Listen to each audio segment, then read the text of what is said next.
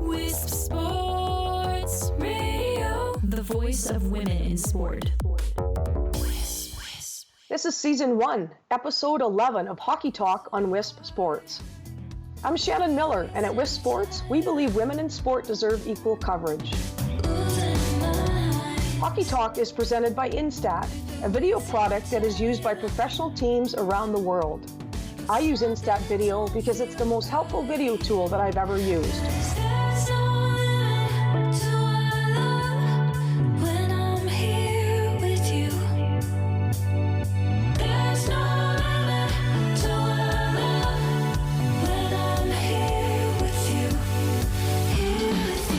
Episode, I will talk about the known, the unknown, and the unknowable, as well as attitudes and instincts. Today's sidebar will be a quote from the late great poet and activist Maya Angelou. Thank you for joining me. I'm honored to have my own hockey podcast show on Wisp Sports and to be part of the most popular and influential podcast organization for women in sport globally. Today's podcast is titled Attitudes and Instincts.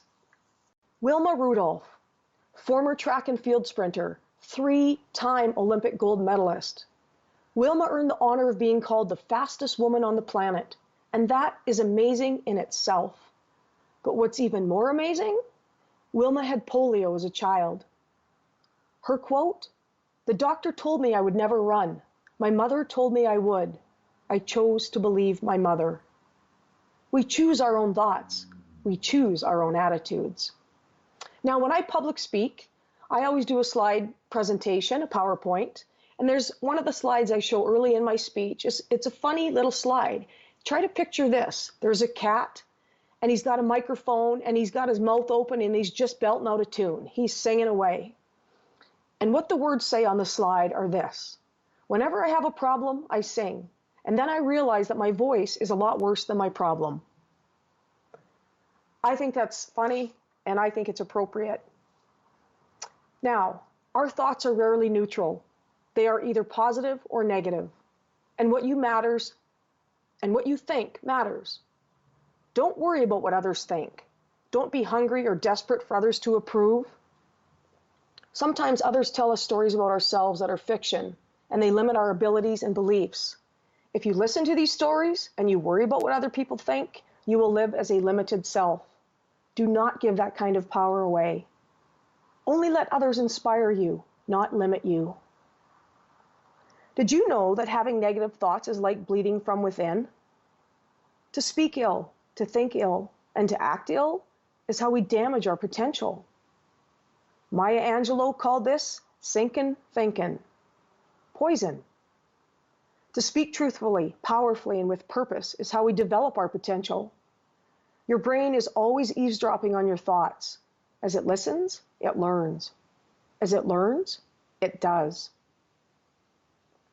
Coaches, if we can take the approach of the known, the unknown, and the unknowable, and what this means is that what we know is a limited amount. The unknown is greater than the known, and the unknowable is even greater. If we can all, coaches, athletes, and administrators, be humble enough to know that what we don't know is far greater than what we do know, then we'll all be off to a great start. I encourage all coaches to be interested in what you don't know.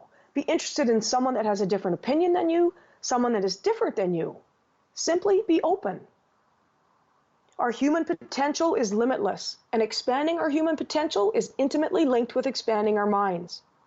One resource available to us at all times and stands above all others is our mind. Our brain is an amazing 3-pound universe. Our brain not only interprets the world, it creates it. We can take anything and spin it positively or negatively. We can be a troublemaker or a problem solver. We must problem solve. We must do things the right way and expect our teammates to do things the right way. We must take care of each other and the team by minimizing negative messages and maximizing those that are positive. Positive energy creates a strong rhythm for the team. Now, I communicate with coaches, players, and administrators from many different countries. I did that my entire time when I was in Duluth coaching college hockey, and I've certainly done it in the last few years. In the last few years, I have found two similarities in almost every coach I've talked to. First, the coaches are genuinely nice people and have good intentions on bringing out the best in their players. Second, the second similarity is the lack of openness to coaching and to feedback that the athletes seem to be. We talk about many issues, both positive and negative. The most resounding issue being raised is how to manage the players that are not playing and the problems that they can cause within the team. The players not receiving a lot of playing time have become problem players and are eating up a lot of the coach's time. The coaches I talk to, they feel they're not able to focus on the players that are playing. They're not able to focus on as much attention on preparing practice plans, doing video, scouting the opponents, etc. So coaches, I want you to envision this: a blank piece of paper, take a pen, and draw a line right down the middle of the paper, a vertical line, and then draw a horizontal line right through the middle of the paper. So you have 4 quadrants.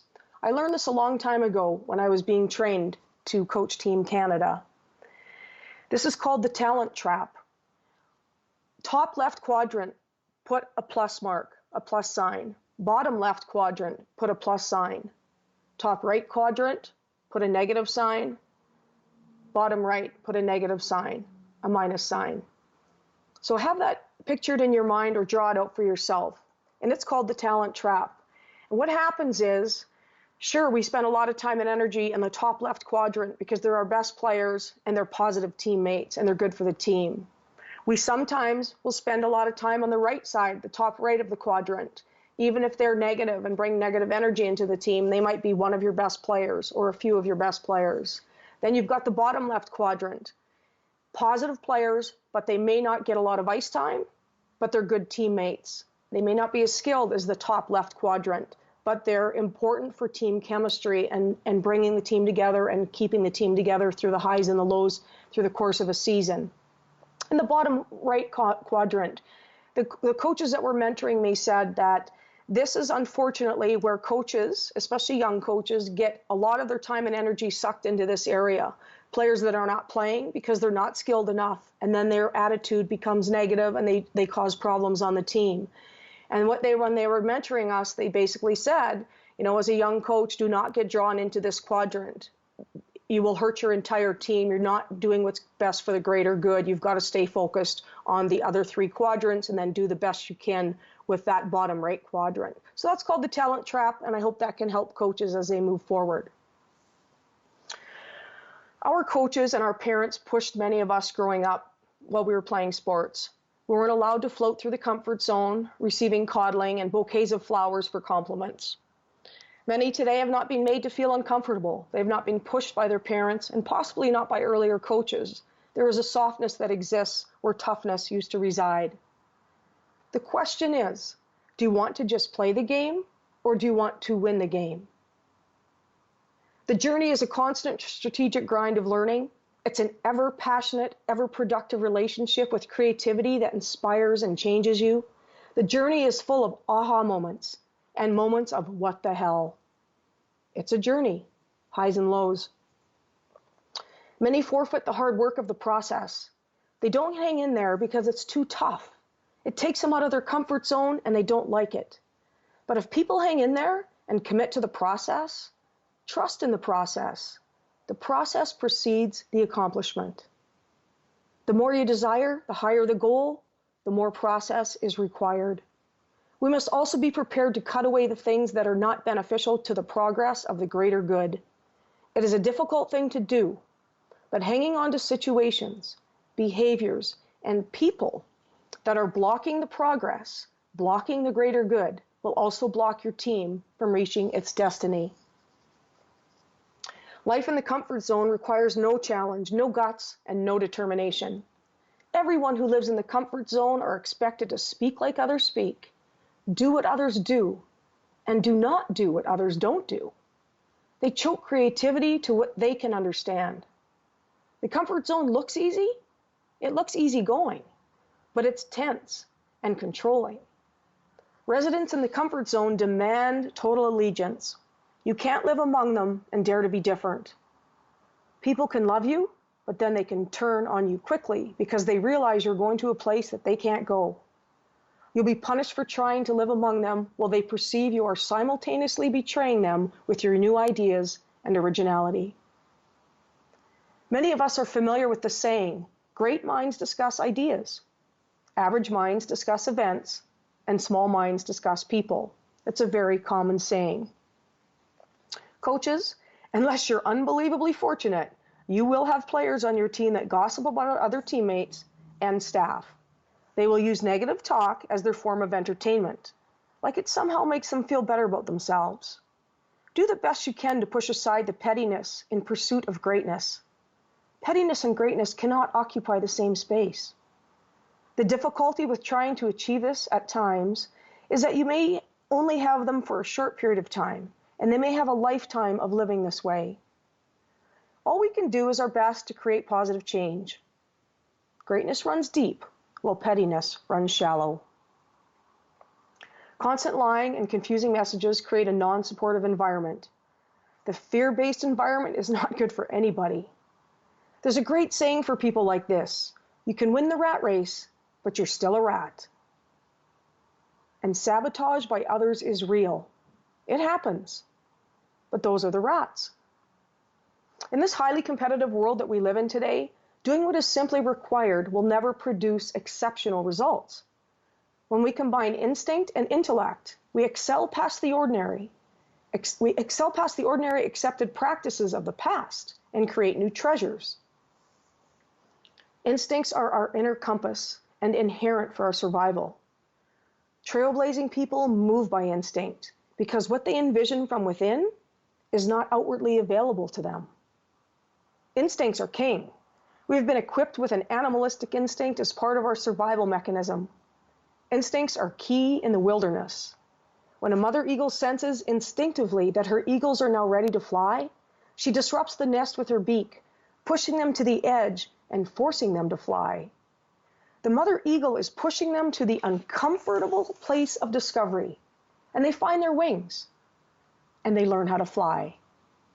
The mother eagle even goes so far as to disrupt their nest so they cannot return to their comfort zone. When you step into a new jungle, you can be so focused on the opportunity that exists, you become blinded to the potential dangers. You are an outsider with a different scent, and you have changed the balance in the backyard.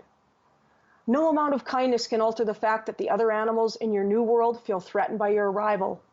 It's easy to end up on the menu of some over-aggressive, attention-starved, attack-prone coyote who comes out only at night. No matter the smiles and the pleasant conversations, every jungle has its predators. And to all the women out there, this sidebar is for you. Maya Angelou said it best. I am a woman phenomenally.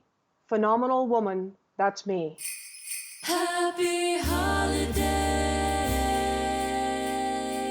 from Wisp Sports. Thanks for listening and enjoy the game. Follow and comment on social media. Twitter is at Wisp Sports. My Twitter is at Miller12Shannon. My Facebook and Instagram is at Coach Shannon Miller. My website is CoachShannonMiller.com. Go there to check out the latest drill of the week. You can find links in the show notes for this episode at wispsports.com and find more coverage of women's sport. Thanks for supporting women in sport everywhere.